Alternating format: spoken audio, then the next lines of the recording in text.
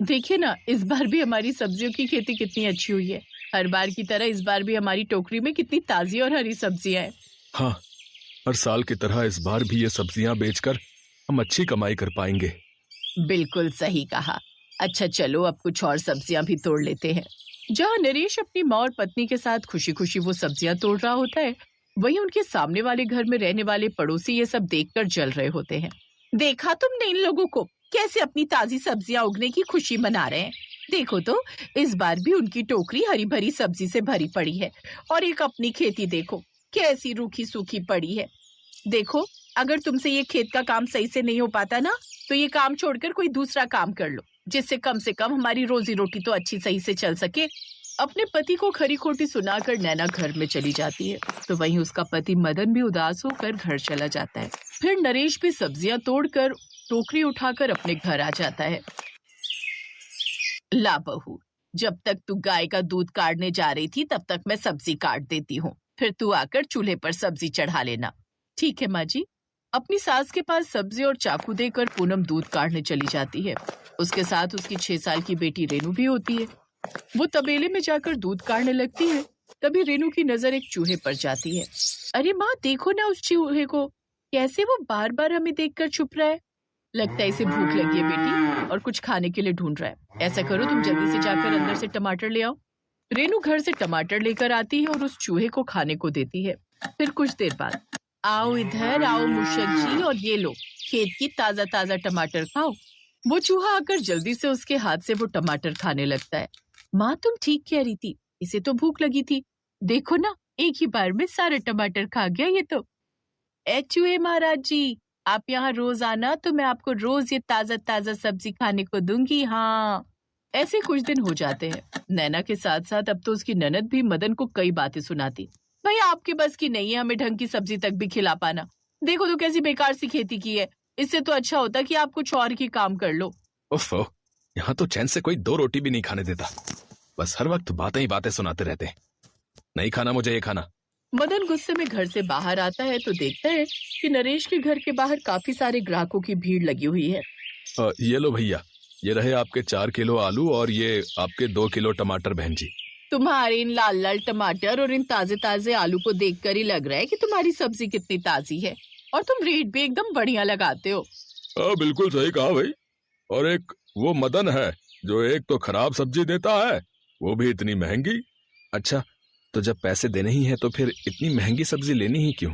वो तो भैया जब तुम नहीं मिलते तब उसी से सब्जी लेनी पड़ती है। लेकिन हाँ, अब मैंने सोच लिया है, अब मैं कभी उस मदन से सब्जी नहीं लूंगा। हाँ। दूर खड़ा मदन ये सब सुन रहा होता है। तभी उस गांव का सेठ नरेश के पास आता है। वाह भाई नरेश, क्या बढ़िया सब्जी हुई है इस बार भी तुम्हारी। पूरी सब्जियां साफ सुथरी हैं, एक भी दाग नहीं है इनमें। तो क्या सोचा है तुमने, इस बार सब्जियों की कटाई करके किसको दोगे? मालिक, कई सालों से मैं आपको ही अपनी सब्जियां बेच रहा हूँ, और जब आपसे इतने बढ़िया दाम मिल जाते हैं तो मैं किसी और को क्यों सब्जियां दूं? ये हुई ना बात। इसी बात पर ये रखो 40,000 रुपए एडवांस, बाकी के पैसे सारी सब्जी लेने के बाद दूंगा, ठीक है? तभी मदन वहां आ जाता है।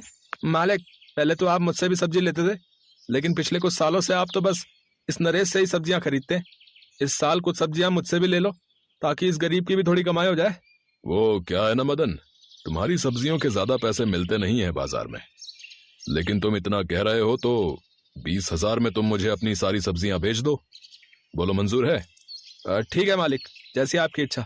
ये कहकर सेठ वहां से चला जाता है, लेकिन उन सबकी बातें सुनकर मदन तिलमिलाते हुए घर में आता है। मुझे अब उस नरेश का ना कुछ करना ही होगा। हाँ, मुझे उसकी सब्जियां खराब करनी होंगी। हाँ, लेकिन ऐसा क्या करेंगे आप? वो तुम्हें वक्त आने पर पता चल जाएगा। ऐसे ही 2-1 हफ्ता बीत जाता है। फिर सब्जी की कटाई से 2 दिन पहले मदन हाथ में मशाल लेकर नरेश के खेतों में जाता है और केमिकल डालकर उसके सारे खेत में आग लगा देता है। और अगले दिन जब नरेश अपने खेत का ये हाल देखता है तो फूट फूट कर रोने लगता है। वो घर आकर सारी बात अपने परिवार वालों को बताता है। आप परेशान मत होइए जी, हम कोई ना कोई रास्ता निकाल ही लेंगे। और आप चिंता क्यों करते हैं, अपने पास गाय भी तो है, हम उसी से अब अपनी रोजी रोटी चला लेंगे। मैं अभी गैया को चारा डाल कर आई। ये कहकर वो गौशाला की तरफ चली जाती है, लेकिन वहां जाकर फूट फूट कर रोने लगती है। ये क्या हो गया भगवान, मेरे पति की सारी मेहनत खराब कर दी। तभी वहां वही चूहा आ जाता है। मत रो पूनम, तेरे दुख जल्द ही दूर होंगे। हाँ, ये क्या चमत्कार है, बोलने वाला चूहा। तभी वहां घर के बाकी लोग भी आ जाते हैं। हाँ, मैं एक बोलने वाला चूहा हूँ। एक बार मैंने एक पंडित जी की जान बचाई थी जब वो जंगल में कैद हो गए थे जाल के अंदर। तब मैंने ही उनका जाल काटकर उनको आजाद करवाया था और उन्होंने मुझे कुछ शक्तियां भी दी थी जिनका मैं सही समय आने पर उपयोग कर सकता हूं। और लगता है अब वो समय आ गया है। पूनम, जहां तुमने भूसा रखा है उस जगह को हटाओ।